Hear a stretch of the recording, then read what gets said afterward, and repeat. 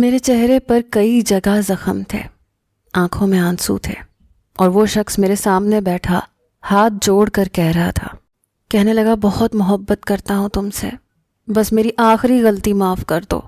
میں نے کہا غلطی؟ اسے تم غلطی کہتے ہو؟ تم نے میرے پاس کوئی راستہ نہیں چھوڑا۔ کہنے لگا مانور، میری محبت پر شک مت کرو، میں نے جنون کی حد تک تمہیں چاہا ہے، تمہارے بغیر مر جاؤں گا۔ یہ کہتے ہوئے وہ لمبے لمبے سانس لینے لگا، اس کے چہرے سے پسینہ بہہ رہا تھا۔ کہنے لگا میں تمہارے بغیر نہیں رہ سکتا۔ میری آنکھوں سے بھی آنسو بہہ رہے تھے۔ کہنے لگا بس ایک بار قربانی دے دو میری جان، میں اس کے بعد تمہیں کوئی تکلیف نہیں دوں گا۔ میں نے کہا کیسی قربانی؟ کہنے لگا حلالہ۔ میری شادی شیراز سے بڑی دھوم دھام سے ہوئی تھی۔ شیراز میرے بھائی کا دوست تھا، ہمارے گھر اس کا آنا جانا بھی لگا رہتا تھا۔ البتہ میرے لیے حیران کن یہ بات تھی کہ جب اس کا رشتہ میرے لیے آیا، کیونکہ میں نے کبھی بھی اس کے بارے میں اس انداز سے نہیں سوچا تھا، لیکن شیراز کا رشتہ میرے گھر میں سب کو پسند آیا تھا۔ بھائی نے تو یہ تک کہا تھا کہ میں بہت خوش رہوں گی۔ میری والدہ نے اس لیے بھی یہاں بات کر لی کیونکہ شیراز اکیلا رہتا تھا، اس کے والدین حیات نہیں تھے، بہن بھائی سارے اپنے گھروں میں رہتے تھے۔ میری ماں کہنے لگیں کہ میری بیٹی پر کوئی بھی ذمہ داری نہیں ہوگی۔ پھر شیراز کی نوکری اچھی تھی، گھر اپنا تھا، بظاہر ایسا کچھ بھی نہیں تھا کہ انکار کیا جاتا۔ پھر پچھلے 2 سال سے میرے بھائی کی اس سے بہت گہری دوستی تھی، گھر میں آنا جانا بھی بہت رہتا تھا۔ میری والدہ بھی شیراز سے کئی بار مل چکی تھیں، وہ تو اس کے اخلاق اور مزاج کو دیکھ کر اس کی گرویدہ ہو گئی تھیں، کہتی تھیں بہت اچھا انسان ہے۔ ہمارا تعلق ایک متوسط گھرانے سے تھا، لیکن شیراز کے گھریلو حالات ہمارے گھر سے کافی بہتر تھے۔ اس کے پاس اپنی گاڑی تھی، اپنا گھر تھا، اچھی نوکری بھی تھی، ہم کرائے کے گھر میں رہتے تھے۔ میری والدہ کہتی تھی کہ اس لڑکے کے پاس سب کچھ ہے، لیکن نخرہ نہیں ہے، زمین پر ہمارے ساتھ دسترخوان پر بیٹھ کر کھانا کھا لیتا ہے، چاہے دال پکی ہو یا گوشت، اس نے کبھی منہ نہیں بنایا۔ سب کے دلوں میں شیراز کی بہت خاص جگہ تھی، لیکن میں نے کبھی ان خوبیوں کی وجہ سے شیراز کو اس لحاظ سے نہیں سوچا تھا۔ میں نے سوچا تو کسی کے بارے میں بھی نہیں تھا، کیونکہ پتہ تھا کہ ہمارے گھروں میں شادیاں ماں باپ کی مرضی سے کی جاتی ہیں، اس لیے میری بھی ہو گئی۔ لیکن شادی کی رات جب شیراز نے مجھ سے یہ کہا کہ وہ مجھ سے بے تحاشا محبت کرتا ہے تو میں حیران رہ گئی۔ کہنے لگا ماہنور، میں نے دل کی شدتوں سے تمہیں چاہا ہے، تم میری محبت کا اندازہ ہی نہیں لگا سکتی۔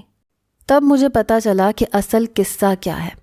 شیراز نے جب پہلی بار مجھے دیکھا تھا میرا دیوانہ ہو گیا تھا، اور میری خاطر ہی اس نے میرے بھائی سے مراسم بڑھائے تھے، دوستی بھی لگائی، یہاں تک کہ میرے گھر والوں کا دل بھی جیتا، اور پھر مجھے بھی پا لیا۔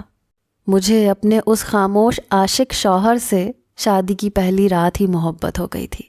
ظاہر ہے کوئی آپ سے اتنی محبت کرے تو بدلے میں محبت تو دی جاتی ہے، اور پھر میرے اور شیراز کے بیچ میں قائم شدہ رشتے کا تقاضا بھی کچھ یہی تھا۔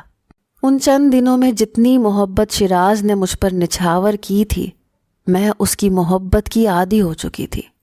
حالانکہ دیکھنے میں وہ زیادہ خوبصورت نہیں تھا، رنگت بھی سانولی تھی اور میں بہت خوبصورت تھی، لیکن میرا شمار ان لڑکیوں میں نہیں ہوتا تھا جو خود بے حد حسین ہوں تو شوہر بھی حسین ہی چاہتی ہیں۔ میں حسن پرست تو تھی، مگر شروع سے یہی سمجھایا گیا تھا کہ جہاں ماں باپ شادی کریں گے وہیں شادی ہونی ہے، اسی لیے کبھی اس لحاظ سے کچھ بھی اپنے لیے نہیں سوچا تھا۔ شیراز زندگی میں آیا تو اس کی بے پناہ محبت دیکھ کر اس سے مجھے محبت ہو گئی۔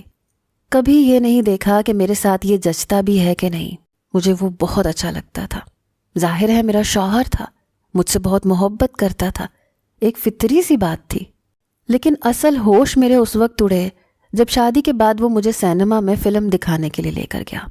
وہاں پر بہت سارے منچلے بھی آئے ہوئے تھے، ان میں سے کچھ لڑکے بار بار مجھے دیکھے جا رہے تھے۔ اس ٹولے میں سے کبھی کوئی گھٹیا اشارہ کرتا، میں خوف کا شکار تھی۔ پہلی بار سینما آئی تھی، فلم شروع ہو گئی اور لڑکوں کی گستاخیاں بھی۔ وہ ہماری سیٹ کے پیچھے بیٹھے تھے، اپنے پاؤں آگے کر کے میرے پاؤں پر مارتے تو میں پاؤں آگے کر لیتی، کبھی اپنی سیٹ سے آگے آ کر میری کمر پر انگلیاں پھیرنے لگتے۔ میں شیراز سے کہنے لگی مجھے فلم نہیں دیکھنی، میں نہیں جانتی تھی کہ شیراز ان کی حرکتوں کو دیکھ رہا ہے۔ وہ اپنی جگہ سے اٹھا اور پیچھے بیٹھے لڑکوں کو مارنے لگا۔ پورے سینما ہال میں ایک تماشا لگ گیا۔ وہ کہنے لگے کہ ہمیں کیوں مار رہے ہو؟ تب وہ کہنے لگا میری بیوی کو دیکھتے ہو تمہاری آنکھیں نکال لوں گا۔ ان میں سے ایک منچلا کہنے لگا تمہاری تو لاٹری لگ گئی جو تم کو ایسی حسین بیوی مل گئی۔ یہ سننا تھا کہ شیراز کا پارا چڑھ گیا۔ اس نے اس نوجوان کو اتنا مارا کہ لہو لہان کر دیا۔ یہ سب دیکھ کر مجھے لگ رہا تھا جیسے مجھے اگلا سانس نہیں آئے گا۔ چوکیدار نے مشکل سے شیراز کو پیچھے کیا اور سینما سے باہر نکال دیا۔ وہ مجھے واپس گھر لے کر آیا۔ گھر کے اندر داخل ہوتے ہی اس نے میرا بازو پکڑا اور بری طرح سے مروڑ دیا۔ حالانکہ میرا تو کوئی قصور نہیں تھا، میں تو سینما جانا ہی نہیں چاہتی تھی۔ میں نے شیراز کا جنون دیکھا تھا، اس کا غصہ دیکھا تھا۔ کہنے لگا میرا جی چاہتا ہے آنکھیں نکال لوں اس کی جو تمہیں دیکھے، اس کی جان لے لوں جو تمہیں چھونے کی کوشش کرے۔ پھر کہنے لگا کیا واقعی میں بدصورت ہوں؟ میں نفی میں سر ہلانے لگی۔ کہنے لگا تم مجھ سے زیادہ خوبصورت ہو، ایسی عورتیں اپنے مرد کے ساتھ وفا نہیں کرتی۔ میں نے کہا ایسا کچھ نہیں ہے، آپ کیوں ایسا سوچ رہے ہیں؟ میں نہیں جانتی کہ کب اور کیسے، لیکن شیراز اب پہلے کے مقابلے مجھ پر شک کرنے لگا تھا۔ شاید لوگوں کی باتوں کی وجہ سے، کیونکہ ہر شخص اسے یہی کہتا تھا کہ تمہیں اتنی خوبصورت بیوی کیسے مل گئی؟ اتنی حسین لڑکیاں کبھی بھی تم جیسے مردوں کے ساتھ ساری زندگی نہیں گزارتی۔ جیسے ہی اسے کوئی خوبصورت مرد ملے گا یہ اس کے ساتھ بھاگ جائے گی۔ میں نہیں جانتی کون اس کے دماغ میں ایسی باتیں ڈالتا تھا، لیکن شیراز کا رویہ مجھ سے بدلنے لگا تھا۔ اب وہ گھر سے باہر جاتا تو گھر کا دروازہ باہر سے بند کرتا اور اس پر تالا لگا دیتا۔ مجھے حیرت ہوتی تھی کہ وہ تالا کیوں لگا کے جاتا ہے۔ ایک عورت کے لیے یہ بات ناقابل برداشت اور بہت بڑی اذیت کا باعث ہوتی ہے کہ اس کا شوہر اس پر شک کرے۔ انہی دنوں ہمارے گھر کے برابر میں ایک شخص نے اپنا مکان خریدا اور اتفاق تھا کہ وہ شخص اکیلا رہتا تھا، لیکن مجھے لگا کہ شاید وہاں پر آنے والے لوگ ہماری طرح کے ہیں۔ ابھی بھی شیراز باہر سے تالا لگا کر جاتا تھا، اس لیے مجھے کسی بھی چیز کی ضرورت پڑتی تو میں بڑی مشکل میں پڑ جاتی تھی۔ حالانکہ باہر سبزی والا ہوتا تھا لیکن تالا لگنے کی وجہ سے سبزی نہیں لے سکتی تھی۔ نہ ہی مجھے شیراز کی طرف سے یہ اجازت تھی کہ میں آوازیں دے کر کسی سے سبزیاں یا چیزیں لے سکتی۔ وہ تو کہتا تھا کہ تمہیں کوئی نہ دیکھے، نہ تمہاری آواز سنے۔ شیراز کے جانے کے بعد جب میں نے دیکھا تو پیاز ختم ہو چکا تھا۔ میں سوچ میں پڑ گئی کہ آج کیا بناؤں، اور پیاز کے بغیر کیا بن سکتا ہے۔ جب مجھے کچھ بھی سمجھ میں نہیں آیا تو میں نے سوچا کہ چپ چاپ خاموشی سے برابر والے گھر سے پیاز لے لیتی ہوں۔ اسی دیوار کے ساتھ میں نے کرسی رکھی، وہاں کھڑے ہو کر برابر والے گھر میں جھانک کر دیکھا۔ صحن بالکل خالی تھا، لیکن کچن میں کھٹ پٹ کی آوازیں آ رہی تھیں، مطلب گھر میں کوئی خاتون کھانا بنا رہی تھی۔ میں نے کہا بات سنیں۔ یہ کہنا تھا کہ کچن سے باہر آنے والا ایک مرد تھا جسے دیکھ کر مجھے آواز دینے پر پچھتاوا سا ہو رہا تھا۔ کہنے لگا جی آپ نے آواز دی؟ میں نے کہا وہ میں سمجھی شاید کوئی خاتون ہے، آئی ایم سوری۔ وہ کہنے لگا کوئی بات نہیں، کہیے کیا کام ہے آپ کو؟ میں نے کہا مجھے کچھ پیاز چاہیے تھی۔ کہنے لگا ابھی لاتا ہوں۔ تھوڑی دیر کے بعد میں پیچھے ہٹنے لگی جب کہنے لگا یہ پیاز لیتی جائیے۔ میں نے شکریہ کہا اور نیچے اتر کر کھانا بنا لیا۔ میں سوچنے لگی کہ یہ پلیٹ اسے واپس کر دیتی ہوں۔ میں کرسی رکھ کر کھڑی ہو گئی۔ اس وقت وہ صحن میں جھاڑو لگا رہا تھا۔ میں نے کہا بھائی صاحب۔ اس نے میری طرف دیکھا، کہنے لگا میرا نام وجاہت ہے۔ میں نے پلیٹ اسے پکڑا دی اور خود نیچے اتر آئی۔ اب اکثر ایسا ہوتا تھا کہ کوئی بھی چیز گھر پر موجود نہ ہوتی یا شیراز مجھے دے کر نہیں جاتا تو میں برابر سے مانگ لیتی۔ اب تو وہ شخص جب بھی بازار جاتا تو مجھ سے پوچھ لیتا تھا کہ آپ کو کچھ ضرورت ہے تو لا دیتا ہوں۔ میں مشکل سے ہی اسے کچھ کہتی تھی۔ جیسے جیسے وقت گزرنے لگا شیراز کے مزاج میں چڑچڑا پن آنے لگا۔ بات بات پر وہ مجھے شک کی نظروں سے دیکھتا رہتا۔ ایک بار مجھے کہنے لگا تم جانتی ہو برابر میں کون آیا ہے؟ اس کی بات سن کر میرا دل زور سے دھڑکنے لگا۔ میں نے کہا نہیں مجھے کیا معلوم۔ کہنے لگا صرف ایک چھڑا چھانٹ مرد۔ پھر کہنے لگا تم کوشش کر کے صحن میں مت جایا کرو، اس کمرے میں ہی رہا کرو۔ میں اس کی کسی بات سے اختلاف نہیں کرتی تھی، لیکن میری زندگی کم سے کم ترین ہونے لگی تھی۔ کبھی تازہ ہوا کے لیے باہر چلی جاتی تو شیراز کہتا کہ یہاں کیوں کھڑی ہو؟ تمہیں نظر نہیں آ رہا سامنے چھت پر لڑکے کھڑے ہیں؟ میں کہتی شیراز میں کیا کروں؟ کیا تازہ ہوا پر میرا کوئی حق نہیں ہے؟ اگر کوئی کھڑا ہے تو کھڑا رہنے دو۔ وہ کہنے لگا تمہیں دیکھ رہے ہیں، یہ دیکھ رہے ہیں کہ اتنی خوبصورت لڑکی ہے اور اس کا شوہر کتنا عجیب ہے۔ ہر بات پر وہ بس یہی کہتا رہتا تھا۔ شاید اس کے اندر یہ احساس کمتری تھی، حالانکہ میں نے ایسا کبھی نہیں سوچا تھا۔ میں نے کہا آپ ایسی باتیں کیوں کرتے ہیں؟ مجھے تو آپ میں ایسا کوئی بھی عیب نظر نہیں آتا۔ ایک بار شیراز گھر پر آیا تو بے حد پریشان تھا۔ میں نے جب وجہ پوچھی تو کہنے لگا عورت ذات ہوتی ہی کم ظرف ہے، ذرا سا حسین مرد اور دولت مند مرد دیکھ لے تو اپنے شوہر اور بچے تک چھوڑ دیتی ہے۔ پھر کہنے لگا کہ اگر عورت چھوڑ دے تو وہ مرد کسی ریت کے ٹیلے کی طرح سے ڈھہ جاتا ہے۔ مجھے اس کی باتیں سمجھ میں نہیں آتی تھیں، نہ میں نے ایسا ماحول دیکھا تھا، نہ میں نے کبھی ایسا سوچا تھا۔ ہمارے ہاں تو جہاں شادی ہو جاتی تھی بس وہیں نبھایا جاتا تھا۔ کہنے لگا میرے دوست نے اپنی بیوی کو اتنی آزادی دے رکھی تھی، جانتی ہو اس نے کیا کیا؟ میں نے کہا کیا کیا؟ کہنے لگا اپنے ہی شوہر کے دوست کے ساتھ بھاگ گئی، اپنا گھر بچوں تک کو چھوڑ گئی، کیونکہ اس کا دوست اس کے شوہر سے زیادہ ہینڈسم تھا، پیسے والا تھا۔ یہ سن کر میں نے کہا کہ یہ افسوس کی بات ہے، لیکن شیراز ہر عورت ایسی نہیں ہوتی۔ وہ کہنے لگا عورت کو چھوٹ ملنے کی دیر ہوتی ہے، اسے موقع ملے تو کچھ بھی کر سکتی ہے۔ پتہ نہیں اس کا عورتوں کے بارے میں ایسا نظریہ کیوں تھا، یا پھر ایسا واقعہ سننے کے بعد ہر مرد کی نظر اپنی بیوی کے لیے شک و شبہات کیوں لے آتی ہے۔ اس کے بعد تو شیراز نے جیسے مجھے بد کردار سمجھ لیا، یا اسی عورت کے سانچے میں ڈال کر مجھے دیکھنا شروع کر دیا۔ گھر میں آتا تو پورے گھر کو جانچتی نظروں سے دیکھتا، کبھی چھت پر جا کر دیکھنے لگتا، کبھی باتھ روم میں، کبھی پردوں کے پیچھے۔ میں اس سے پوچھتی کیا ڈھونڈ رہے ہو؟ تو کہتا کچھ نہیں، دیکھ رہا ہوں کہ کیا کوئی آیا تھا۔ شیراز آپ کو کیا ہو گیا ہے؟ یہاں کون آئے گا؟ گھر سے باہر آپ تالا لگا کے جاتے ہیں۔ کہنے لگا مردوں کا کیا ہے، دیوار پھلانگ کے بھی آ سکتے ہیں۔ اس کی اس طرح کی حرکتیں اور باتوں سے میں بجھ سی گئی تھی۔ اس سے بہت محبت کی تھی، اس کی ہر بات مانتی تھی تاکہ اسے مجھ پر اعتبار آ جائے، وہ مجھ پر شک نہ کرے۔ اس کی ہر بات میرے لیے حکم کا درجہ رکھتی تھی۔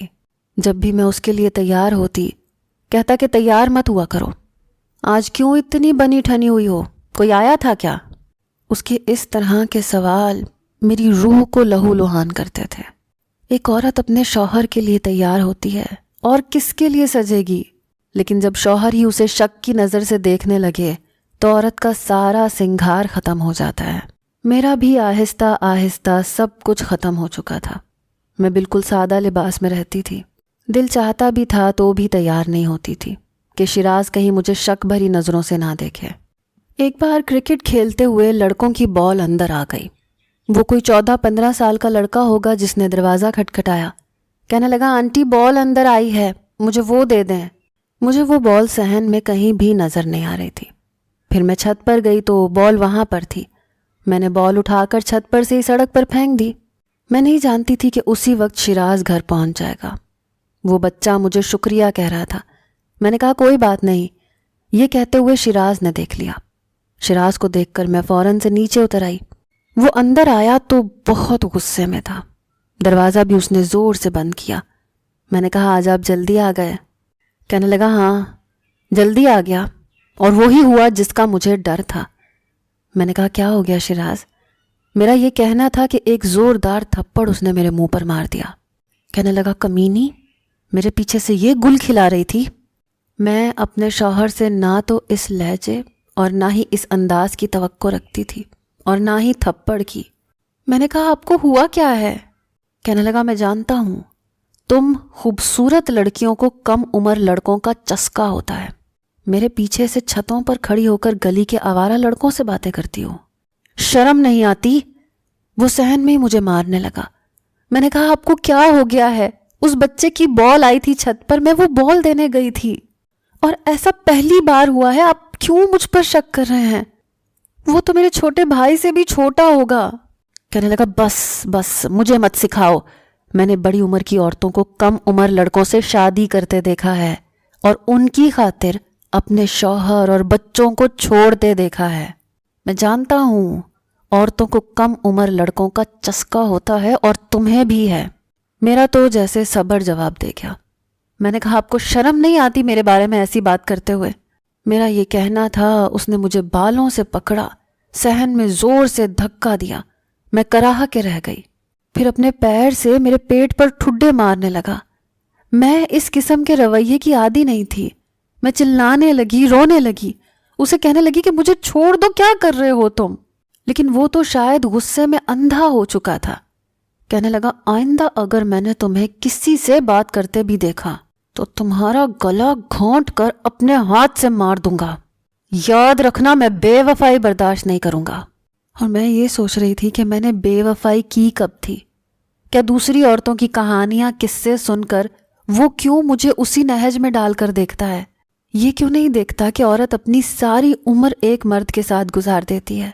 زیادہ تر عورتیں تو ایسی ہی ہوتی ہیں، یہاں تک کہ جوانی میں بیوہ بھی ہو جائیں تو ساری زندگی بچوں کی خاطر اپنے شوہر کے نام پر اپنی زندگی گزار دیتی ہیں، اپنی ہر خواہش کو دبا کر بڑھاپے کی دہلیز تک چلی جاتی ہیں۔ انہیں کیوں دیکھتا ہے جنہوں نے بے وفائی کی ہوتی ہے، جو گھر سے بھاگ جاتی ہیں؟ اب وہ کمرے میں جا چکا تھا اور میں اس قابل بھی نہیں رہی تھی کہ اٹھ کر اپنے کمرے تک جا سکوں۔ اپنے دونوں ہاتھوں سے میں نے اپنے پیٹ کو پکڑ رکھا تھا، شدید درد کی ٹیسیں اٹھ رہی تھیں۔ مشکل سے ہی میں اٹھی، اس سے پہلے کہ کھڑی ہوتی دیوار کے اس پار 2 آنکھیں مجھے دکھائی دیں۔ شاید وہ پڑوسی میرا تماشا دیکھ رہا تھا۔ میں نظریں جھکائے کچن میں چلی گئی، وہاں رکھی کرسی پر بیٹھ کر پھوٹ پھوٹ کر رونے لگی۔ روتے روتے میری حالت خراب ہو چکی تھی، میری سسکیاں پورے گھر میں گونج رہی تھیں، لیکن میرا شکی شوہر ایک بار بھی میرے پاس نہیں آیا۔ رو دھو کر میں دوسرے کمرے میں جا کر لیٹ گئی۔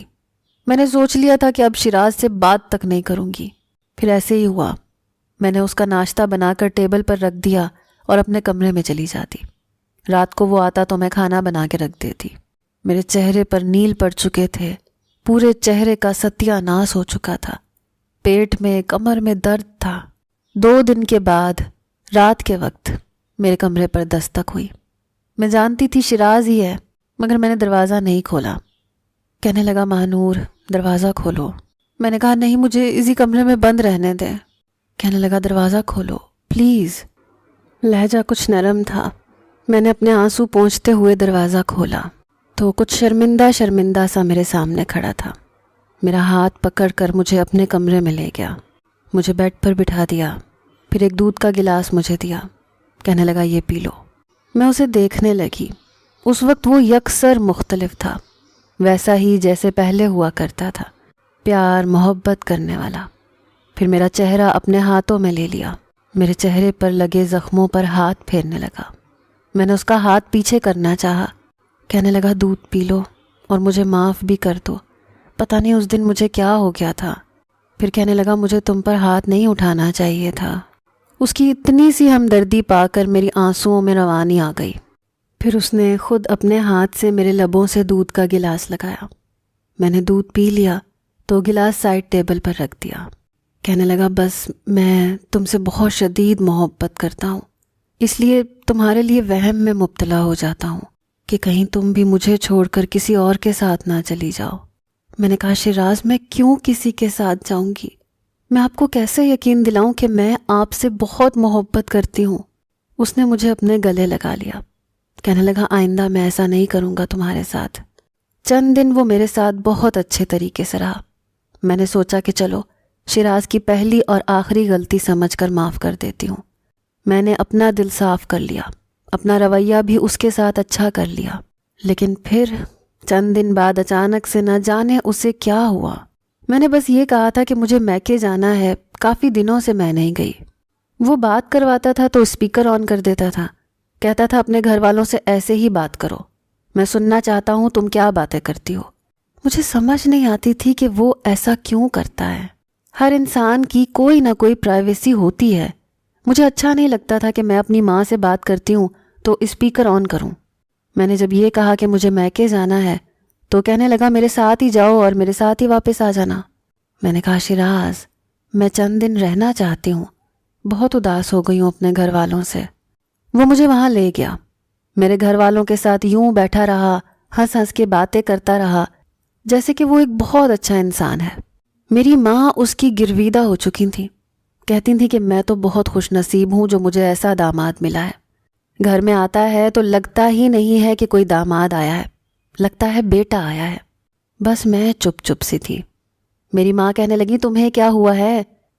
میں نے بھی چہرے پر مسکراہٹ سجا کر کہا کہ کچھ نہیں، بس اکیلی ہوتی ہوں اس لیے اداس ہو جاتی ہوں۔ رات کے کھانے کے بعد شیراز مجھے کہنے لگا چلو واپس چلتے ہیں۔ میں نے کہا شیراز میں نے آپ سے کہا بھی تھا کہ مجھے کچھ دن رہنا ہے۔ وہ میری والدہ اور میرے بہن بھائیوں کے سامنے کہنے لگا تم یہاں رہو گی تو میرا دل کیسے لگے گا؟ تم جانتی ہو نا تمہارے بغیر مجھے گھر کاٹ کھانے کو دوڑتا ہے۔ اس کی ایسی باتیں سن کر میری والدہ کہنے لگی جاؤ ساتھ چلی جاؤ، یہاں رہ کر تم کیا کرو گی؟ میں آزادی سے سانس لینا چاہتی تھی، 2 دن اپنی مرضی سے گزارنا چاہتی تھی، کیونکہ شیراز کے ساتھ رہتے ہوئے مجھے قید کا احساس ہوتا تھا، میرا دم گھٹنے لگتا تھا۔ اب تو وہ مجھے کمرے میں بند کر کے جاتا تھا، کہتا تھا صحن میں تم جاتی ہو تو لڑکے چھت پہ کھڑے ہو جاتے ہیں۔ صبح 6 بجے مجھے اٹھا دیتا تھا، کہتا تھا جلدی سے ناشتہ اور کھانا جو بنانا ہے بنا لو، اس کے بعد میں تمہیں کمرے میں بند کر کے جایا کروں گا۔ میں ایک کمرے میں کسی قیدی کی طرح زندگی گزارنے لگی تھی۔ میں تھک گئی تھی شیراز سے، ذرا بھی اختلاف کرتی اور کہتی کہ خدا کے لیے مجھے گھر میں ذرا سی آزادی سے رہنے دو، تو وہ مجھے اندھا دھند مارنے پیٹنے لگتا، مار مار کے میرا حشر بگاڑ دیتا۔ ایک دن میں تنگ آ چکی تھی، میں نے کہا شیراز میں تمہارے ساتھ نہیں رہ سکتی، میں تھک گئی ہوں۔ پہلے مارتا تھا، پھر 2-4 دن بعد معافی تلافی کرتا تھا، پیار جتاتا تھا، کہتا تھا تمہارے بغیر نہیں رہ سکتا۔ پتہ نہیں کیسی محبت تھی اس کی جس کو سہنے کی میں متحمل ہرگز نہیں تھی۔ ایک بار جب شیراز مجھے مارنے لگا تو میں نے اس کا ہاتھ پکڑ لیا، میں نے کہا بہت ہو گیا، اب مجھ پر ہاتھ مت اٹھانا۔ میرا یہ کہنا تھا، کہنے لگا مجھے پتہ تھا تمہاری زبان ضرور چلے گی۔ میں نے کہا جب بار بار مجھ پر ہاتھ اٹھاؤ گے تو میری زبان تو چلے گی نا، میں انسان ہوں، مجھے درد ہوتا ہے، میں کوئی بے جان چیز نہیں ہوں۔ جب تمہارا جی چاہتا ہے تو مارنا پیٹنا شروع کر دو۔ میں نہیں جانتی تھی کہ میری یہ بات سن کر اسے آگ لگ جائے گی۔ اس نے مجھے بہت مارا، غصے میں آ کر مجھے بیک وقت 3 طلاقیں دے دی۔ میرا چہرہ زخمی ہو چکا تھا۔ جب اس نے مجھے طلاق دی تو میں رونے لگی، ایک دم سے وہ پیچھے ہو گیا، میں فوراً سے کمرے میں جا کر بند ہو گئی۔ رو رو کے میرا برا حال ہو چکا تھا، چہرے پر زخم بھی تھے۔ میں سوچ چکی تھی کہ اب میں یہاں نہیں رہوں گی، لیکن وہ مجھے تالے میں رکھتا تھا۔ میں کہتی تھی کہ اب مجھ سے تمہارا کوئی تعلق نہیں، خدا کے لیے اب مجھے چھوڑ دو، لیکن کہنے لگا کہ نہیں، میں تمہیں نہیں چھوڑ سکتا، میں مر جاؤں گا تمہارے بغیر، بہت محبت کرتا ہوں تم سے۔ اس کی محبت میرے لیے صرف اذیت تھی، اس کے علاوہ اور کچھ نہیں۔ 3 دن بعد اس نے دروازہ کھولا، کہنے لگا مجھے معاف کر دو، بس ایک آخری موقع مجھے دے دو، میں تمہیں اس کے بعد کچھ نہیں کہوں گا۔ میں نے کہا کون سا موقع دے دوں، ہمارے بیچ بچا کیا ہے؟ جو مشورہ اس نے مجھے دیا میرے ہوش اڑانے کے لیے کافی تھا۔ کہنے لگا حلالہ کر لو۔ میں نے کہا شیراز میں یہ نہیں کرنا چاہتی، اور میں جانتی ہوں کہ آپ مجھے کبھی بھی اس طریقے سے نہیں اپنائیں گے۔